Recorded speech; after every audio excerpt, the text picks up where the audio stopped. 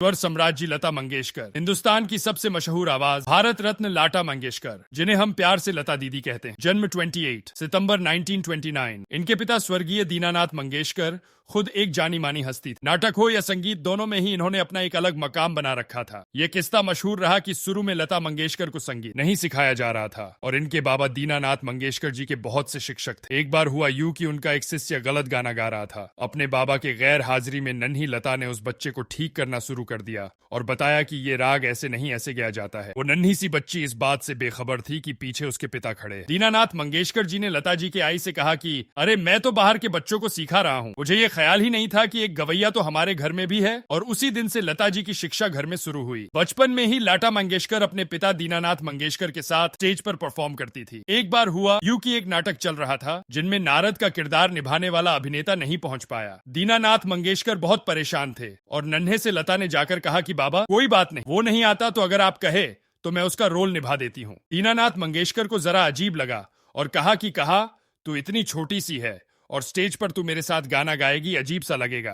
पर लता जी ने कहा कि बाबा देखना, मैं वंस मोर लेकर आऊंगी, एक अवसर तो दे। और कोई चारा तो भी नहीं, वो अभिनेता और गायक अभी तक तो आया नहीं है। और इस तरह से लता जी ने अपने बाबा के साथ परफॉर्म किया और यकीनन वो वंस मोर आया। लता जी के आवाज के जादू ने फिल्म जगत में तो धूम मचाई, मगर इस मकाम तक पहुंचने से पहले लता जी के जिंदगी में अजब उतार चढ़ाव रहे। बचपन में ही इनके पिता दीनानाथ मंगेशकर जी, जो कि खुद एक बहुत बड्ढे ज्योतिष के झाता थे, उन्होंने लता जी से कहा था कि देख बेटी, तू आगे जाकर इतनी सफल होगी जिसकी कोई कल्पना भी नहीं कर सकता, लेकिन उस सफलता को देखने के लिए मैं नहीं रहूंगा। और हाँ, तेरी शादी भी नहीं होगी, पूरे परिवार की जिम्मेदारी तुझ पर ही रहेगी। नन्ही सी लता उस वक्त समझ नहीं पाई कि इनके बाबा बहुत जल्द जाने वाले हैं और ठीक वैसा ही हुआ। दीनानाथ मंगेशकर का स्वर्गवास हो गया।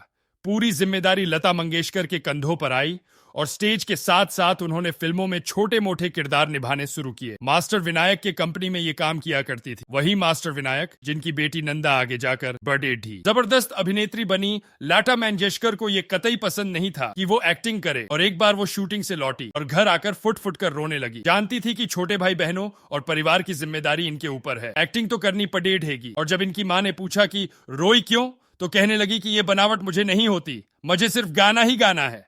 किस्मत ने इनकी बात सुनी भी, इन्हें संगीत की शिक्षा तो मिली, पर फिल्म इंडस्ट्री में काम इनको आसानी से नहीं मिला। मुंबई फिल्म इंडस्ट्री में इनके आवाज को सुनकर यह कहा गया था कि आवाज इतनी पतली है, ये प्लेबैक सिंगिंग के लिए नहीं।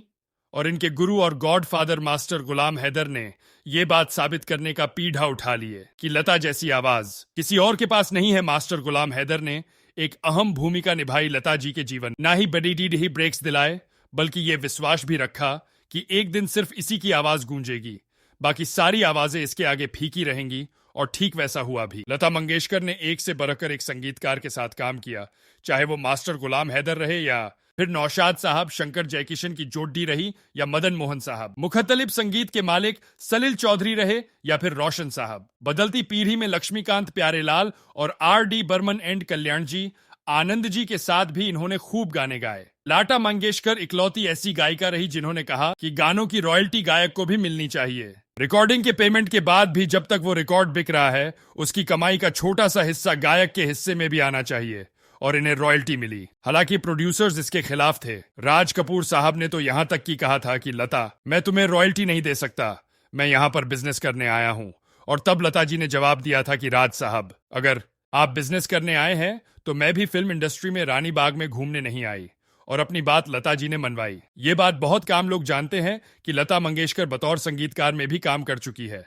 इनके ऊपर खासा दबाव था कि लता मंगेशकर को भी म्यूजिक डायरेक्टर बनना चाहिए, पर लता जी म्यूजिक डायरेक्टर बनके दूसरे संगीतकारों के साथ प्रतिस्पर्धा में नहीं पड़ी डेढ़ना चाहती। इसलिए इन्होंने अपने शुभ चिंतकों के जिद पर नाम बदला और संगीत मराठी फिल्म थी राम राम पावणे, और बतौर संगीतकार लता जी ने अपना नाम रखा था आनंद घन।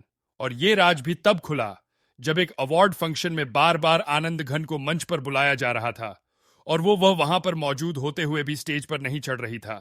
जाहिर सी बात है, लता मंगेशकर कैसे जाहिर करती कि वही लता है और हो आनंद घन भी, पर लता जी को मंच पर जाना ही पड़ा और इस तरह से ये राज खुला। ये बात भी आगे जाकर पता चली कि 60 के दशक में जब लता मंगेशकर एक अलग मुकाम हासिल कर चुकी थी, तब इनकी तबीयत अचानक बहुत खराब हो गई थी। मौत के मुंह से इन्हें बाहर निकाला गया था और डॉक्टर ने इन्हें बोला था कोई आपको धीमा जहर दे रहा था और वो डॉक्टर सही था। इनका एक रसोइया इन्हें हर रोज धीमा जहर दिया करता था, जिसकी वजह से लता जी की जान भी जा सकती थी।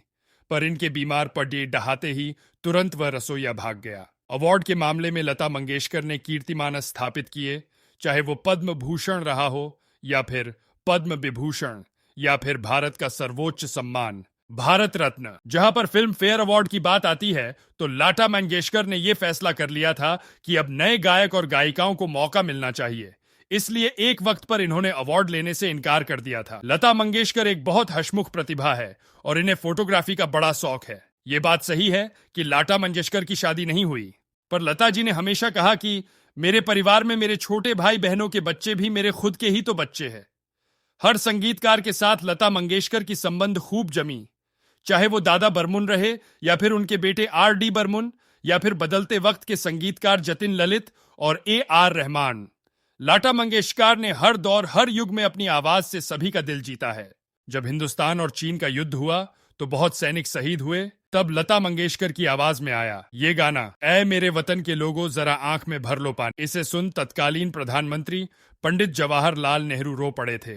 यह बात भी मशहूर रही है कि लता मंगेशकर इकलौती ऐसी गायिका है जो गाने के लफ्ज सुनकर ही उस गाने को रिकॉर्ड करती है। जब हिंदुस्तान और चीन का युद्ध हुआ तो बहुत सैनिक शहीद हुए, तब लता मंगेशकर की आवाज में आया ये गाना, ऐ मेरे वतन के लोगों जरा आंख में भर लो पानी। इसे सुन तत्कालीन प्रधानमंत्री पंडित जवाहरलाल नेहरू रो पड़े थे। यह बात भी मशहूर रही है कि लता मंगेशकर इकलौती ऐसी गायिका है जो गाने के लफ्ज सुनकर ही उस गाने को रिकॉर्ड करती है। यदि कोई भी आपत्तिजनक शब्द हुआ तो लता जी उस गाने को रिकॉर्ड करने से इनकार कर देती। गजलें रही या फिर रोमांटिक गाने, दर्द भरा गीत रहा या फिर सपनों भरा, हर जज्बात को लता जी की आवाज मिली है। नाम गुम जाएगा, चेहरा ये बदल जाएगा, मेरी आवाज ही पहचान है, गर याद रहे। तो ये थी लता जी की स्टोरी। अगर आपको पसंद आई होगी तो अपने दोस्तों के साथ शेयर करें।